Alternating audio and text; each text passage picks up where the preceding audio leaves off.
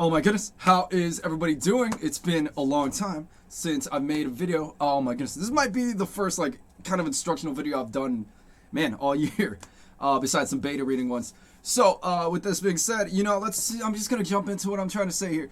I'm gonna call this video something very interesting, something I've been calling these types of novels lately. So cookie cutter kingdom novels. Yep, that's right, cookie cutter kingdom novels. What I'm talking about there is basically novels about kingdoms, these Game of Thrones type of novels with the fire, the magic, and the hibbity hop, all that stuff. Oh my goodness. So I receive like maybe 3 to 4 of these manuscripts a month, okay? And I'm telling you, they're damn near identical each and every single time. And I'm not here to kind of drop anybody's style, anybody's flow here, because I stand accused as this as well, and I'll get into that. But this is more just kind of like a little bit of a wake-up call, a little bit of a nudge, just to tell you that if you're writing this style, this kingdom fantasy type of style, look for something unique. That's basically the message of the novel. It's plain and simple. Try to find one simple thing. It doesn't have to be reinventing the entire wheel, If you want to do the kingdoms, battling, the fire, the magic, the hiss, and the hat, and the hibbity-doo-dah, go ahead and do it. Fine. Go ahead. Nobody's faulting you. There's a lot of fans for this. There's a lot of people that will read these novels and really eat them up. I'm one of them, When I receive a manuscript, man, that's got this style, some of them really stick out. They really do. And most of them, like I would say maybe like 1 out of 12 sticks out. The other 11 just kind of blend into each other, just kind of like cookie dough, you know what I mean? I just posted a status kind of comparing. I compare books to food all the time for some reason. Like you get a bunch of chocolate chip cookies, you want yours to be a little bit different. Maybe you put like white chocolate in there, maybe peanut butter, macadamia, maybe red velvet. Do something to make your novel stand apart. Let's check this out here. Game of Thrones. Oh my goodness. We love it. Everybody does this. But it seems like since this book has come out, there's just been this rampant influx of this type of novel. I didn't used to receive these types of manuscripts all the time, but now I do. So with that being said, how can you make your novel a little bit different? Focus on your settings. I love when these type of novels have elevated settings, elevated, memorable settings. Aim for memorability. A lot of times these will take place in kingdoms, and within those kingdoms there'll be towns, villages, all different types of stuff. They all blend. It's like one gigantic novel. It's like all this world building is just copying each other, copying.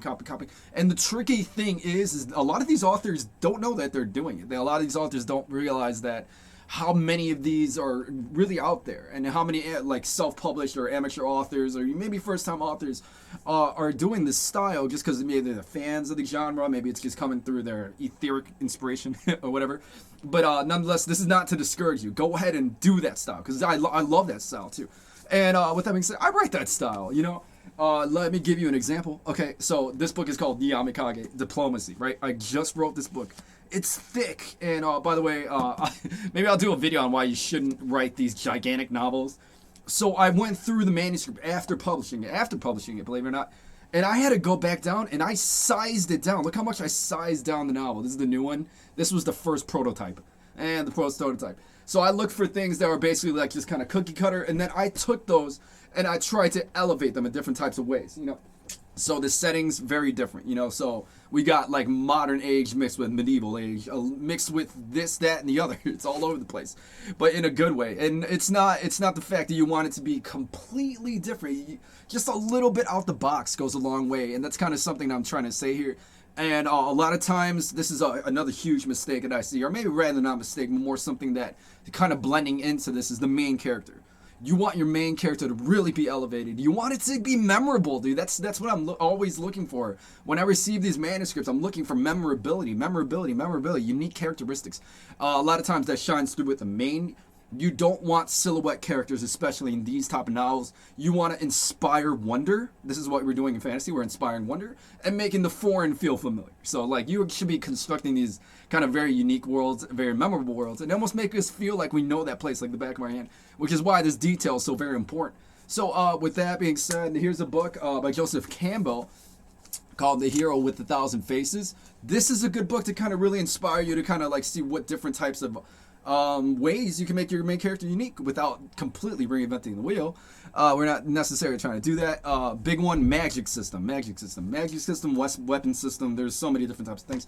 It's always it's very identical. It's over and over and over identical. And I don't know, I don't understand, I don't think other readers, as a beta reader that receives so many manuscripts, oh my goodness, yeah, it's just like, it's something that I just want to get out there, because I don't think a lot of people understand they're doing this.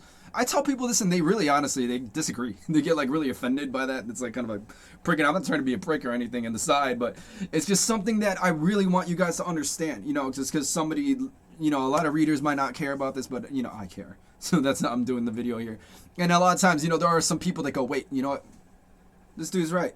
You know, maybe I should, you know, spice it up a little bit. You know, this is the difference between a cheeseburger, you know, like a nice, okay cheeseburger, like, yeah, it tastes good, and a gourmet cheeseburger. That's what we want. We want memorability. There's a difference between okay cheeseburger and a delicious gourmet cheeseburger. You know, you want to put them on that thing. Like, with these cheeseburgers are a dime a dozen. It's like McDonald's, you know.